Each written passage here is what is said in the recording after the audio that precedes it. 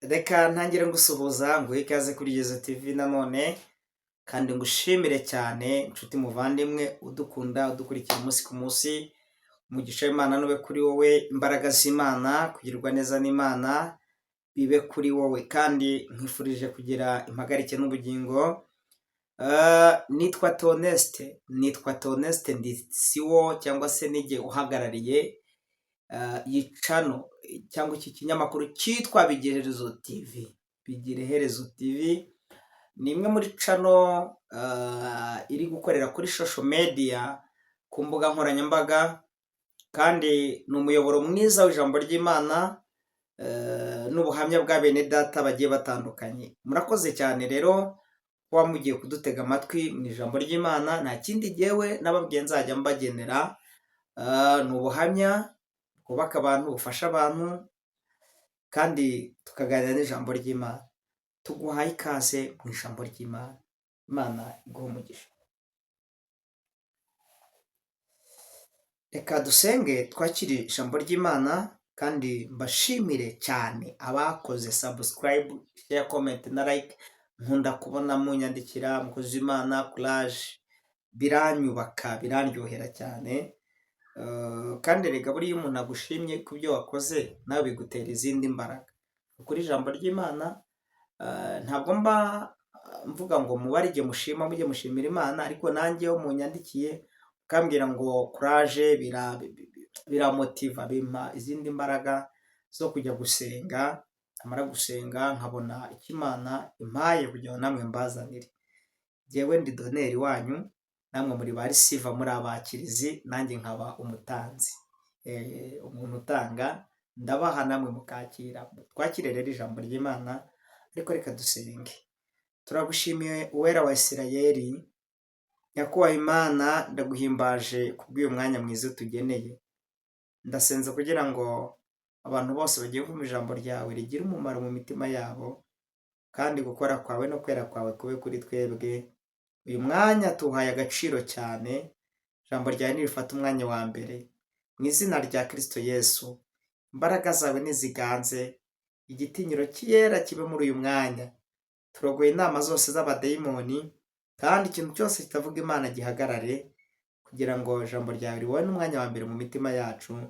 Ari abari mu modokari, ari abari muri biro, ari abari mu nzu zabo, hari abarwayi bari kwa muganga, hari n'abari mu ndege. Buri muntu wese mu mwanya aherereye muri position arimo, ijambo ryawe nirigira umwanya wa mbere. Urakoze nyakubahwa, ugiye kubana nanjye, shyigikira muri uyu mwanya mu izina rya Yesu, amen. Fasha tuganire ijambo ry'Imana muri ubu buryo. Turasoma amagambo y'Imana dusanga mu gitabo cya kabiri cya Samweli, igitabo cya kabiri cya Samweli, igice cya 17, duhere ku murongo wa mbere turagera kuri 14. Turaza gusimbuka umurongo umwe wa 23, ndaba ndangije gusoma, hanyuma tuganire amagambo y'Imana nk'uko Imana yayadushyize ku mutima. Amen. Dusome. Bibiliya iravuze ngo Hushayi arogoya inama za Ahitofeli. Ahitofeli arongera abwira Abusalomu ati, reka ntoranye ingabo inzovu imwe n'ibihumbi 2, mpaguruke nkurikire Dawidi muri iri joro, kandi ndamugwa gitumo arushye, amaboko ye atentebutse. Ndamutera ubwoba, maze abari kumwe nawe bose bahunge, mpere ko nica umwami wenyine. Maze nzakugarurira abantu bose. Nuko nubona uwo muntu ushaka, uzaba ugaruye bose, maze abantu bose bazabe amahoro. Abusalomu ashima iyo nama cyane, n'abatware ba Isirayeli bose barayishima. Abusalomu aravuga ati, none nimumpamagarire Hushayi w'Umwaruki, nawe twumve icyo avuga. Maze Hushayi yitabye Abusalomu. Abusalomu aramubwira ati, Ahitofeli yatubwiye ibi n'ibi, mbese dukore uko yavuze? Niba atari uko tubwire nawe. Hushayi asubiza Abusalomu ati inama Ahitofeli yagiye kuri ubu si nziza, kandi ati uzi ko so n'ingabo ze ko ari abanyambaraga, kandi ubu baratse mu mitima yabo nk'idubu yakiwe abana bayo ku gasozi, kandi uzi ko so ari intwari ntagomba icumu mu bantu, none ubu yihishe mu mwobo cyangwa ahandi. Nuko nihagira bamwe bapfa bagitangira kurwana, uzabyumva wese azagira ati hapfuye benshi bo mu bakurikiye Abusalomu. Bizatuma umuntu wese n'abari intwari ifite umutima nk'uw'intare ahahamuka, kuko Abisirayeli bose bazi so ko ari umunyambaraga, kandi n'abari kumwe nawe bose ko ari intwari. Ahubwo njyewe inama nkugiriye ni iyi: teranya Abisirayeli bose uhereye kuri Dani ukageza i Berisheba, bangane n'umusenyi wo ku kibaya cy'inyanja ubwinshi, kandi nawe ubwawe uzatabarane nabo. Tuzamurasukireho ejo ahari, tumugoteho nk'ikime uko gitonda ku isi. Nuko uhereye kuri uwo ukageza ku bantu bari kumwe nawe bose ntituzasigaza n'umwe. Kandi naramuka agiye mu mudugudu, nabwo Abisirayeli bose bazazana imirunga dukurikire uwo mudugudu ku mugezi, kugeza aho hatazaboneka akabuye na kamwe. Nuko Abusalomu n'abantu ba Isirayeli bose baravuga bati inama Hushayi w'Umwaruki iruse iya Ahitofeli, kuko Uwiteka yagambiriye kurogoya inama nziza ya Ahitofeli, kugira ngo Uwiteka atere Abusalomu ibyago. 23. Ariko Ahitofeli abonye ko badakurikije inama ye, ashyira amatandiko ku ndogobe, arahaguruka ataha iwe mu mudugudu w'iwabo, atunganya inzu ye, yiyahuza umugozi arapfa, bamuhamba mu gituro cya se. Imana nishimwe. Impamvu mvuze ngo nishimwe ni uko hari ibintu bigiye gupfa kubera Imana irogoye imigambi yacu. Imana irogoye imigambi y'imbaraga z'abadayimoni zakurwanyaga kugeza ku rwego ziza kwiyahura. Ndashaka kukuganiriza ikire, nkuzaniye iki muri aka kanya wowe nkurikiye? Ijambo Imana ishyize ku mutima ni ijambo rivuze ngo Imana irogoye imigambi ya Ahitofeli. Haleluya! Imana nikurogoreye, cyangwa Imana nirogoye inama z'abadayimoni zakurwanyaga. Ubu Imana ifashe icyemezo cyo kurogoya inama za Ahitofeli. Ahitofeli ni umugaragu mubi wari ushatse kwicisha Dawidi. Mbibutse ko iyi yari intambara iri kuba hagati y'umwana na se, Abusalomu na Dawidi umwana we yibyariye, yakuye mu rukiryi rwe. Ashaka kumwica kugira ngo nawe afate ubwami. Ariko Abusalomu akagira abajyanama, uwo bita Hushayi, akagira n'undi mujyanama bita Ahitofeli. Ariko Hushayi uyu nguyu yari icyitso cya Dawidi, cyangwa yari maneko wa Dawidi, kugira ngo ibyo bazajya bavuga nibamara kubipanga byose ajya anyaruka abibwire Dawidi. Rimwe rero uyu mugabo bita Ahitofeli ngo ashaka kwica Dawidi akoresheje inama ze. Abusalomu aramubwira ati ariko ni gute nzafata data nkamwica, ko mwebwe muri abagaragu banjye, muri abajyanama banjye? Nimumamagarire Ahitofeli angira inama y'icyo nzakora. Baramuzana nk'umugaragu ukunzwe wubashywe, bamuzana ibwami, araza. Ahageze murabyumva nawe nk'umuntu watumweho n'umwami, nubwo atari umwami. Abusalomu urumva yari ibwami, n'ubundi yari umuhungu wa Dawidi. arangije aravuga ngo dore inama nkugiriye, uzahengere ejo uzazindukane n'ingabo inzovu ebyiri, ufate no ku Bisirayeli twese tuzamuke dutere so, tuzamusanga mu mwobo aho ashobora kuba yihishe. Nibutse abantu ko Dawidi ari guhunga uyu muhungu we Abusalomu, yigeze yagenda ageze ngo ku nkike hari umugaragu witwaga Shimeyi. Uyu Shimeyi niwe wa mugaragu watutse Burito Dawidi ngo ari kuzamuka, ngo aramubona ari kugenda, aravuga ngo dore yambwa yo kwa mwene Yesayi. Ari guhunga umuhungu we Abusalomu. Shimeyi rero atinyuka umwami Dawidi, aravuga ngo dore yambwa yo kwa mwene Yesayi aho igeze. Abagaragu ba Dawidi bahita bahindukira bumva amagambo arababaje, ntabwo bikwiye ko atuka umwami. Ngo Shimeyi ngo baramubwira ngo Dawidi baramubwira ngo Shimeyi yaragututse, none tubanze tugende tumwice tumwikize, uriya muswa ntazongere kugutuka. Dawidi asubizanya amagambo y'ubwenge n'umutima mwiza, arababwira ngo ntimugire icyo mutwara Shimeyi, nimumwihorere, n'Uwiteka yamuteye kuntuka, nimumwihorere. Ibyo birarangiye. Shimeyi akomeza gukora aho ngaho ibwami n'ubundi, kuko yari ari kumwe n'uwo bita Abusalomu. Abusalomu akajya ajya inama zo kugira ngo bice se, ariko afate ingoma ya se. Ubundi iyi ntambara yabaye igamije iki?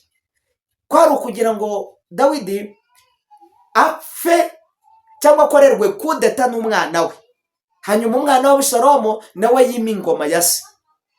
Amen. Hanyuma Abusalomu ahamagaza abajyanama. Mu bajyanama ahamagaje ntabwo Shimeyi yajemo, ahubwo yatoranijemo abagabo babiri. Umwe yitwa Ahitofeli, undi akitwa Hushayi. Nababwiye ko Hushayi yari icyitso cya Dawidi, yajyaga amenya amabanga avugirwa hari, kuko yari yaramaze guhunga umwana we. Uyu Abusalomu yari umugome, n'umwe mu bahungu bakoze amahano akomeye, kubera ko yafashe abagore ba se. Ahitofeli yari umugome, yabwiye Abusalomu, aramubwira ati rero kugira ngo so azagutinye, uzafata abagore ba se, inshoreke za se, uzizamure ku gasongero k'akanunga, nuhagera ubakorere amarorerwa, ubasambanye. Arongora abagore ba se ku kanunga hejuru iyo, aho Abisirayeli bose bareba. Dawidi nabyumva azagutinya kugeza ku rwego azakuzinuka. Iyi nama Ahitofeli yari umugome. Iyi nama nayo yarayikurikiza. Abusalomu aragenda afata inshoreke za se, azirongorera mu ihema ku gasozi ku kanunga. Muranyumvishije? Ibi bibabaza Dawidi ngo abyumvishije, aravuga ati umuhungu wanjye ubwo akoze ejo yananyica ngo arahunga. Ngo ahunze rero nibwo uyu Abusalomu yakomeje gushakisha, aravuga ati ariko papa namwica neza gute? Mungira inama y'icyo ndi bukore. Nibyo naramubabaje ntiyaza kuntera ngo kugira ngo turwane mbone uko mwica, ahubwo akomeje kumpunga, ndabigenza gute? Ahitofeli aramubwira ati dore ikintu uri bukore. Icyambere, icyo uri bukore nta kintu, ufata Abisirayeli, ufata n'ingabo inzovu ebyiri, ubwo zari ibihumbi bigeze muri 2, muzamuke, nimurangiza inzovu imwe ni 10,000, inzovu ebyiri ni 2,000, ibihumbi 20 plutôt. Inzovu imwe, iyo bavuga inzovu imwe bari 10,000, noneho inzovu ebyiri ni 20,000. Urumva abasirikare, ufata abo basirikare bangana gutyo, noneho n'Abisirayeli bandi, niturangiza tugende tubagote, tubate hagati, tubagwe gitumo tubice, kandi nitumara kubica turahita dukaba ubwami bwa so, dufata ingoma, ntabwo baza kutushobora nibatunesha. Ahitofeli inama arayimugira, Dawidi arayumva. Muhurikire mu nyumva. Ariko Abusalomu ngo aratekereza, aravuga ati inama ni nziza, sava twebye, ariko ntabwo ari wo mujyanama wenyine.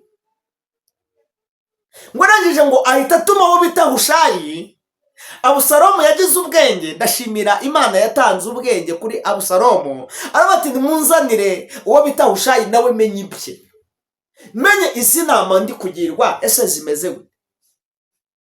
Hushayi nawe araza. Ngo araje, ngo amaze kuhagera aramubwira ngo reka nanjye nkugire inama Abusalomu.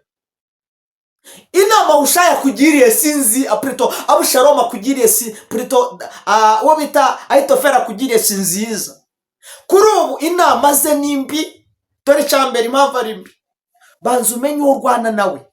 So wawe ni umunyambaraga, nabo bari kumwe barakomeye. Niwibeshya ukaza kuzana iyo mikino n'imitataho, arakwica utaramugeraho, arakwica. Aramubwira ngo ahubwo dore inama agiye nkugiriye ni banza utuze, karume down. Numara gutuza, twebwe tuzafata ingabo z'Abisirayeli. Nitumara gufata ingabo z'Abisirayeli, tuzazenguruka umusozi so ariho, ako kabaya tuzamugwa gituma tumugwe hejuru. Kandi ikindi tuzitonda cyane, kuko tuzi ko ari umunyembaraga, ari umuntu udasanzwe. N'Abisirayeli baramuzi, baramutinya. Kugira ngo rero tumushobore, nuko tubanza kumukoraho icyo bita investigation, iperereza. Tukohereza Abisirayeli gake gake, tukagenda tukamukoraho ikintu cyitwa kumuneka. Ntabwo ari ugupfa guhubuka. Abusalomu koko yumva iyo nama niyo kujya gutera se uhubutse ashobora kumwica. Ahubwo tubanze tumuneke gake gake. Inama yo kuneka, gukora investigation, iperereza, tumenye papa ari hehe, ese umwobo yishemo ni wowe, tumenye. Hushayi amugira inama ariko iri mu bwenge, kuko n'ubundi Hushayi yari ku ruhande rwa Dawidi, yari icyitso, yari maneko. Uranyumvishije? Barangije ngo Abusalomu yumva inama ya Hushayi ngo ni nziza iruse iya Abusalomu nako iya Ahitofeli. Ahitofeli ngo inama ze ngo zipfa ubusa. Abusalomu ntiyigeze akurikiza inama ya Ahitofeli, ahubwo Ahitofeli inama ze zapfuye ubusa, ngo banga gukurikiza inama ze, kuko Imana yari yamanukiye mu mutima wa Abusalomu ngo Imana irogoye inama za Ahitofeli. Inama za Ahitofeli zipfa ubusa. Ubu hari abantu bakorewe propagande kugira ngo bazirukanwe mu kazi. Umuntu akaza akagukorera dosiye ashaka kukwirukanisha mu kazi, inama igakorwa udahari. Ariko izo nama bakora rwihishwa, Imana irogoye imigambi ya Ahitofeli. Hari abantu, ariko Imana imfashe mu nyumve, hari abantu bakorewe amadosiye runaka. Wajya kurira indege, Satani akaza dosiye zawe bakazicamo kubera inama za Ahitofeli. Kabatura ntabwo byamubera. Reka nkubwire, Imana nirogoye inama za Ahitofeli kugira ngo nawe ubone ubuzima. Ndashimira Imana ko muri iri teraniro rigari ndi kubwiriza, Imana irogoye inama za Ahitofeli. Imana nirogoye inama za Ahitofeli kugira ngo nawe ubone ubuzima. Ntabwo ushobora kubona ubuzima Ahitofeli akiriho.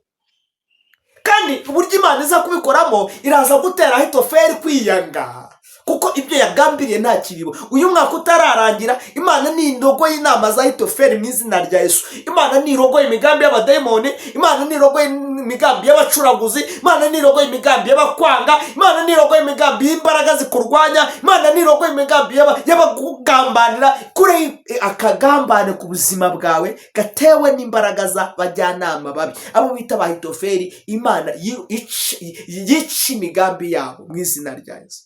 Katika jina la Yesu ndabihanuye. Imana nirogoye imigambi y'abakwa. Ubukwe bwawe bwishwe n'inama z'Ahitofeli. Ahitofeli yakwica ubukwe, aravuga uriya nta uriya vukari, uriya ntiyize, ubukwe bwawe burapfa.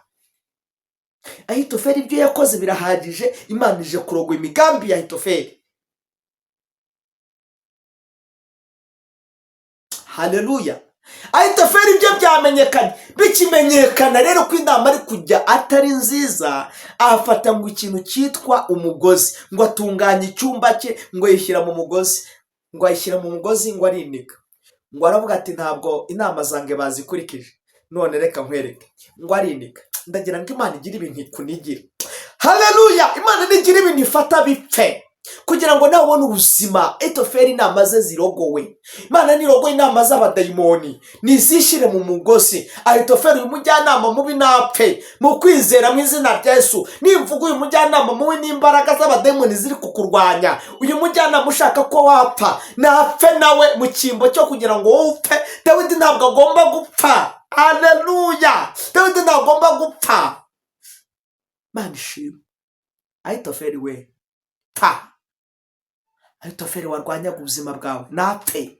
Ahitofeli warwanyaga akazi kawe napfe. Muyishyire mu mugozi, nta kindi kimukwiriye. Kwigisha amagambo akomeye. Ahitofeli napfe. Utifuza ko wabaho, utifuza ko wabyara, umaze igihe kirekire urubyaro rwarabuze kubera ko Ahitofeli ibyo yakoze arabizi.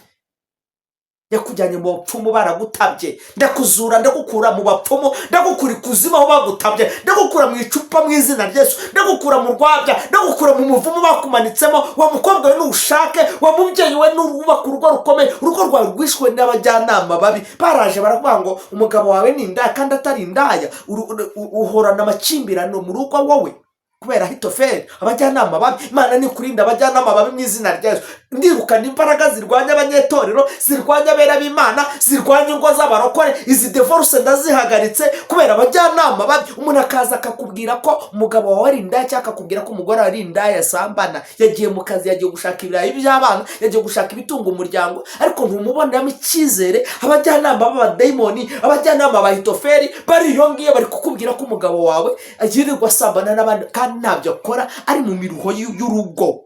Abo bajyanama babi ndabirukanye mu rugo rwawe mu izina rya Yesu. Ndirukana imbaraga zirwanya ubukwe bwawe. Bari kuvuga ko bakaza kubwira fiyanse wawe, uriya mukobwa yakuyemo indi 10, ese uzamushobora? Uriya yarategaga kandi ntabyo yakoze, ni urwango gusa. Izi nama za Ahitofeli ndazirogoye. Imana irogoye inama rasi edrome pewaze kota mu izina rya Yesu. Mu izina rya Yesu ndarogoye inama za buri kimwe cyose cyakurwanyaga. Reka dufate kandi dusenga. Mana mu izina rya Yesu, uravuze ngo uje kurogoya inama za Ahitofeli. Izi nama z'abadayimoni zarwanije abera b'Imana. Ndarogoye inama z'abadayimoni, ndakubita hasi buri mwuka wose, ndakubita hasi buri mbaraga yose, ndakubita hasi buri budayimoni wose mu izina rya Yesu. Ndarogoye inama zirwanya uru rugo rw'uyu mubyeyi, ndarogoye inama zirwanya ubukwe bw'uyu mukobwa n'uyu musore mu izina rya Yesu. Ndarogoye inama zirwanya abera b'Imana, ndarogoye inama zirwanya itorero ry'Imana, ndakubita hasi buri mwuka wose katika jina la Yesu. Urakoze Mwana kuturengeye kandi urengeye abera bawe. Urakoze mu izina rya Yesu, amen. Murakoze, muhabwe umugisha n'Imana. Imana ivuganye nawe kwirogoye inama z'abademoni. Wakire ubuhanuzi. Imana ibivuganye nawe nonaha mu izina rya Yesu, amen.